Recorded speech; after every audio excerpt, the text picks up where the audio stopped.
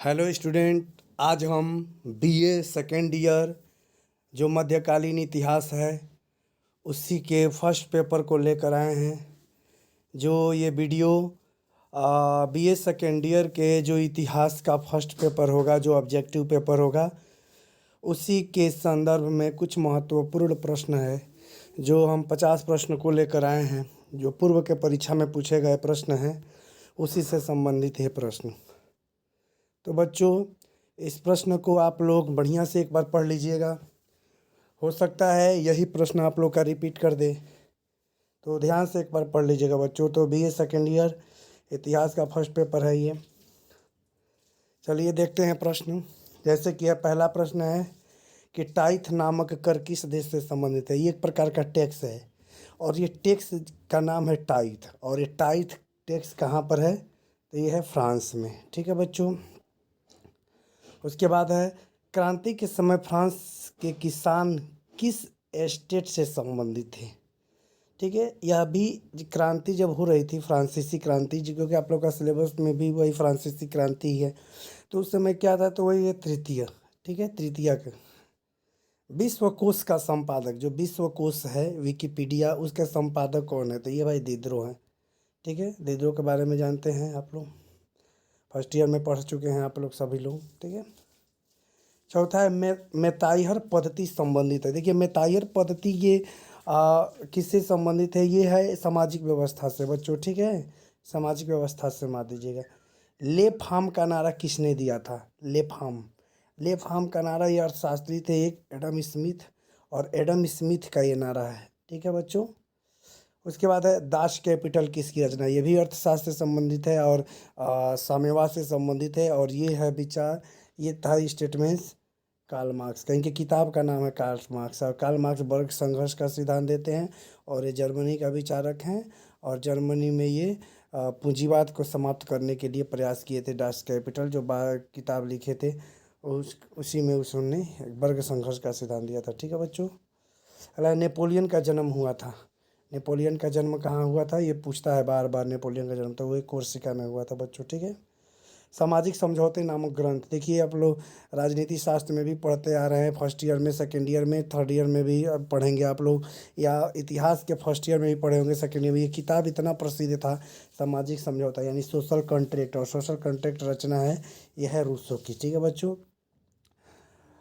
कनकोरडाट संबंधित था। जो कनकोरडाट है वो किससे संबंधित है? पूछ देगा कि कनकोरडाट क्या है, ये किससे संबंधित है? धर्म से संबंधित है बच्चों। ठीक है, ये कनकोरडाट संबंधित था तो धर्म से था। ठीक है।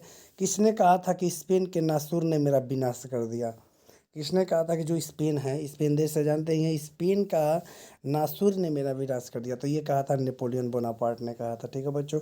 फ्रांस की क्रांति के प्रमुख नारा क्या थी? तो स्वतंत्रता, समानता और बंधुत्व। सबको पता होना चाहिए, हर एक बच्चे को होना चाहिए कि स्वतंत्रता, समानता और बंधुत्व का नारा था, वो था फ्रांसीसी क्रांति था। फ्रांसीसी का क्रांति कब हुआ था? तो ये भी पूछ सकता है, 1789 में हुआ था, और वहीं पे पहली बार स्वतंत्रता, समानता और बंधुत्व का नारा का प्रयोग किया गया था। दुनिया को भाई भाई की स्वतंत्रता सबको मिलनी चाहिए, सभी लोग दुनिया में समान हैं, ये नारा मिला था। ठीक है बच्चों। प्रसिद्ध वियना कांग्रेस किस देश में हुई थी? वियना तो जानते हैं ऑस्ट्रिया की राजधानी है वियना, तो वियना कांग्रेस वहीं पर हुई थी। ठीक है। हाँ, वियना का ट्राटस्की जानते ही हैं कि रूस में काम करता है, वो भी मार्क्सवादी विचारक है, और ट्राटस्की का जन्म होता है 1879 को। ठीक है बच्चों, 1879 को ट्राटस्की का जन्म होता है। मेटरनिख कहाँ का चांसलर था? मेटरनिख कहाँ का चांसलर था? तो वही है ऑस्ट्रिया का। ठीक है, मेटरनिख ऑस्ट्रिया का। जो अभी सुने हैं ना, मेटरनिटी, वही नीतियाँ जो मेटरनिख ने दिया था। ठीक है बच्चों। रक्त और लौह नीति का प्रवर्तक कौन था? बिस्मार्क। बच्चों ये कन्फर्म है कि आ जाएगा परीक्षा में आप लोग का, बिस्मार्क। रक्त और लौह की नीति की सबसे बिस्मार्क ने दिया था। डायरेक्टरी शासन फ्रांस में कब स्थापित हुआ? 1795 में। ठीक है, डायरेक्टरी शासन फ्रांस में। बाल्टेयर की मृत्यु और कब कहाँ हुई थी? 1778 में फ्रांस में हुई थी इसकी मृत्यु। 1778 में इसका फ्रांस में मृत्यु होता है। जर्मनी में 39 राज्यों के संघ का अध्यक्ष कौन था? जो जर्मनी में जब 39 राज्य का संघ हुआ करता था, उस समय अध्यक्ष कौन होता था? तो वही था ऑस्ट्रिया। ठीक है। किस देश को यूरोप का बीमार आदमी? बच्चों ये सबसे कंफर्म है कि ये बार बार परीक्षा में, हर परीक्षा में पूछता रहता है कि किस देश को यूरोप का बीमार आदमी कहा जाता है। ये बीमार, बीमार का मतलब जानते हैं कि परेशान। बीमार व्यक्ति क्या करता है? हमेशा व्यक्ति का परिवार में परेशानियां डालता रहता है। वैसे ही यूरोप में बीमार मतलब ये इतनी समस्या उत्पन्न करता रहता है कि वही टर्की, ठीक है, टर्की। कुल्टूर कैंप एक संघर्ष था जो संबंधित था सेना से, ठीक है बच्चों, याद रखिएगा ये सेना से संबंधित था कुल्टूर। निम्न में से कौन आतंक का राज्य से संबंधित है? राफ्सीपियर, ठीक है बच्चों।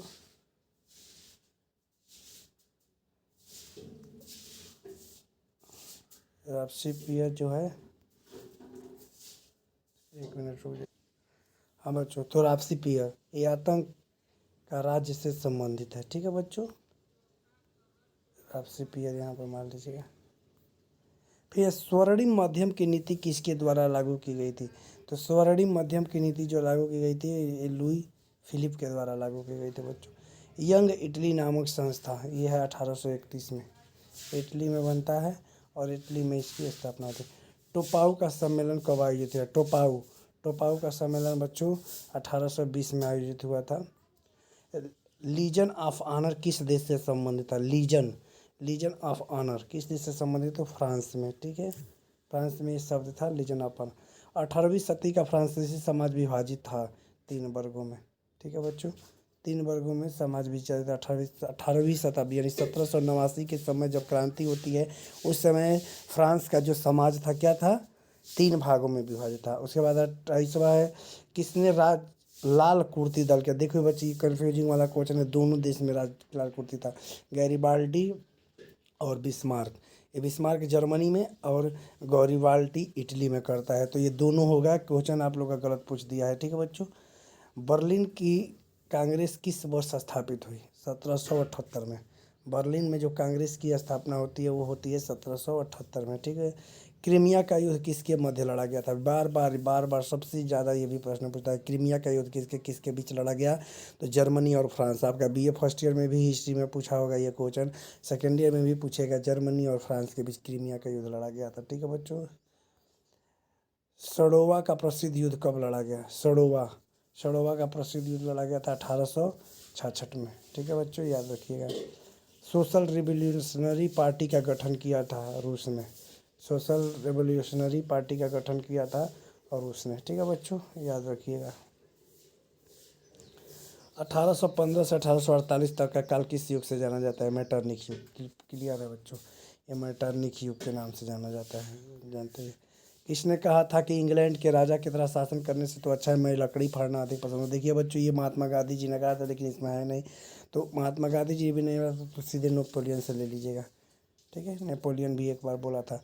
वियना कांग्रेस 1815 का प्रमुख ध्येय क्या है? जो वियना कांग्रेस स्थापित उसका क्या था? तो यूरोप में लोकतंत्र की पुनर्स्थापना करना बच्चों, ठीक है, लोकतंत्र की पुनः स्थापना करना था। जर्मनी की एकीकरण में प्रमुख भूमिका थी, जर्मनी की एकीकरण में प्रमुख भूमिका थी कैसर विलियम फर्स्ट और बिस्मार्क का, ठीक है बच्चों। नेपोलियन द्वारा पवित्र रोमन साम्राज्य का अंत कब किया गया? तो 6 अगस्त 1806 ईस्वी को, ठीक है बच्चों, 6 अगस्त। वर्साई की संधि कब हुई थी? तो 1919, सबको याद होना चाहिए, वर्साई की संधि 1919। चर्च चर्टिस्ट आंदोलन का संबंध किस देश से है? तो ये बच्चों इंग्लैंड से है। कार्बोनरी दल कहाँ सक्रिय था? तो इटली में, ठीक है बच्चों, इटली में था। 1830 की क्रांति किसके विरुद्ध हुई थी? तो बच्चों चार्ल्स दसम, ठीक है, चार्ल्स दसम के विरुद्ध हुई थी। निम्नलिखित में से कौन युवा तुर्क आंदोलन का नेता था? बच्चों देखो एक दूसरा कोई था लेकिन कमाल पाशा इसमें है, तो कमाल पाशा भी इसका नेता था। जर्मनी में जेलवेनिक संघ का क्या था? ठीक है, तो आर्थिक संगठन थी एक। श्रम संगठन नामक पुस्तक के लेखक कौन है? तो लुई ब्लांक है बच्चों, लुई ब्लांक है। प्रथम विश्व युद्ध के दौरान हमें अफ्रीका देश टोगोलैंड किस देश का उपनिवेश था? तो ये बच्चों फ्रांस का था, यहाँ पर टिक कर लीजिए, फ्रांस का था, ठीक है। फ्लोरेंस नाइटेंगल किस युद्ध से संबंधित है? तो ये क्रीमिया युद्ध से है, ठीक है बच्चों। 1919 के पेरिस शांति सम्मेलन में इंग्लैंड का प्रतिनिधित्व किसने किया? तो लॉर्ड जॉर्ज ने किया था। 1919 जब पेरिस शांति सम्मेलन हुआ था तो उस समय ब्रिटिश का प्रतिनिधित्व कौन कर रहा था? ब्रिटिश गवर्नमेंट का, तो लॉर्ड जॉर्ज था। 1917 के रूसी क्रांति के दौरान रूस का शासक कौन था? George Nicholas. कौन कर रहा था बच्चों? क्रांति, तो वो था लेनिन। ठीक है, लेनिन क्रांति कर रहा था और जॉर्ज निकोलस द्वितीय का शासन था। ठीक है बच्चों, तो ये था प्रश्न, इसको याद कर लीजिए। जल्द ही देखते हैं तो अगला वीडियो बना देते हैं आप लोगों के लिए। तब तक के लिए क्वेश्चन को एक बार रिपीट कर लीजिए। धन्यवाद। वीडियो को शेयर कर दीजिए, सब्सक्राइब कर दीजिए और लाइक कर दीजिए। धन्यवाद।